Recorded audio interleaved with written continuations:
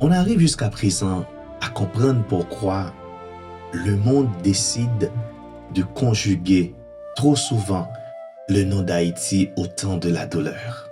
On nous décrit trop souvent par nos cicatrices, par l'insécurité qui gronde aux portes de nos nuits, ou par cette misère qui tente de confisquer nos sourires. Mais ce que le monde oublie, c'est que sous la cendre des jours sombres, il existe un feu que rien ne peut éteindre. Aujourd'hui, en ce 18 mai 2026, une nouvelle génération se lève.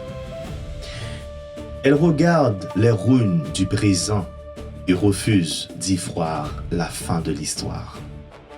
Elle refuse de laisser mourir le rêve haïtien. Ces jeunes accomplissent le plus beau des miracles. Ils nous redonnent le droit de conjuguer le mot avenir. Quand notre drapeau brille dans l'art, dans la technologie, la musique ou l'entrepreneuriat, ce n'est jamais une simple victoire personnelle. C'est tout un peuple qui prend une immense bouffée d'oxygène. Regardez maintenant nos ambassadeurs comme Melchi Dumornay, Dite Corventina, qui fait trembler les filets du monde. Quand Wilson Isidore ou Gessny Pierre-Louis portent notre culture au plus haut, ils rappellent à la terre entière la véritable texture de notre identité. Nous possédons une force de création qu'aucune crise ne pourra jamais effacer. Rappelez-vous nos épopées en Coupe du Monde. Ce n'était pas de simples matchs de football. C'était des moments de communion nationale. Pendant 90 minutes, le bruit des armes se taisait. Les divisions s'effaçaient. Le pays tout entier ne battait que pour un seul cœur. Drapé de bleu et de rouge. Voilà notre vraie force.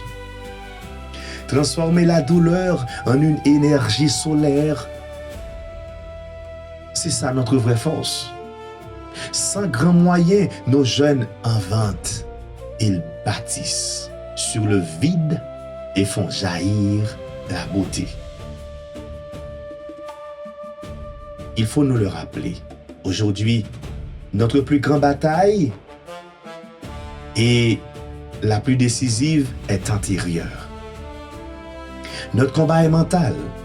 Il nous faut terrasser les démons qui nous rongent de l'intérieur, comme la division, la corruption et ce poison lent qu'est le découragement. En 1804, nos ancêtres ont brisé les chaînes physiques de l'esclavage pour offrir la liberté au monde.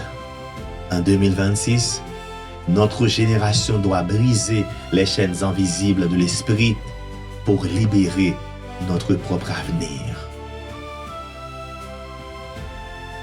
Notre drapeau n'est pas un simple morceau de tissu suspendu au vent. C'est le parchemin d'un peuple qui a osé, le premier, accomplir l'impossible historique. Alors, détournons un instant nos yeux des décombres pour regarder les graines d'espoir qui germent partout, à travers les fissures du béton. Parce qu'Haïti n'est pas un pays qui agonise. Haïti est une terre qui résiste, qui crée et qui inspire. Haïti est une terre qui possède en elle le secret éternel de la Renaissance. Vive le bleu et le rouge. Vive la jeunesse haïtienne et vive Haïti pour l'éternité.